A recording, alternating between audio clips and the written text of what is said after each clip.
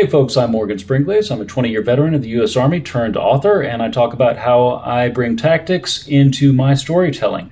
So in defensive operations, I want to talk to you about a common accessory to the area defense, the spoiling attack, and also the counterattack. I guess that's two things.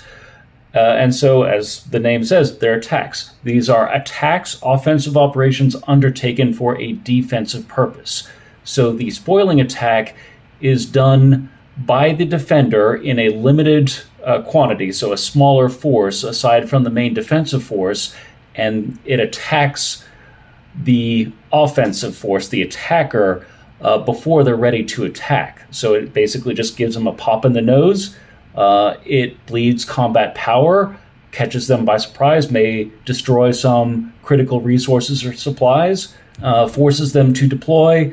It's basically they're chasing flies, basically. And so what that does is it bleeds combat power and demoralizes the attacker so that when they finally do get to the point where they're in a position that they can actually conduct their main attack, they are in less than ideal conditions. The counterattack is conducted, again, by the defender after the attacker has just gained a piece of terrain. It might be a critical piece of terrain. It might also be a piece of terrain that the defender has deliberately given up.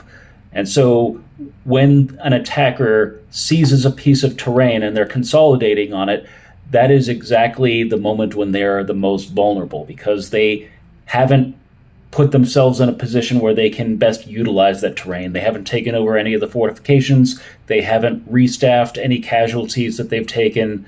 They're vulnerable to being basically swept off of the gains that they just made.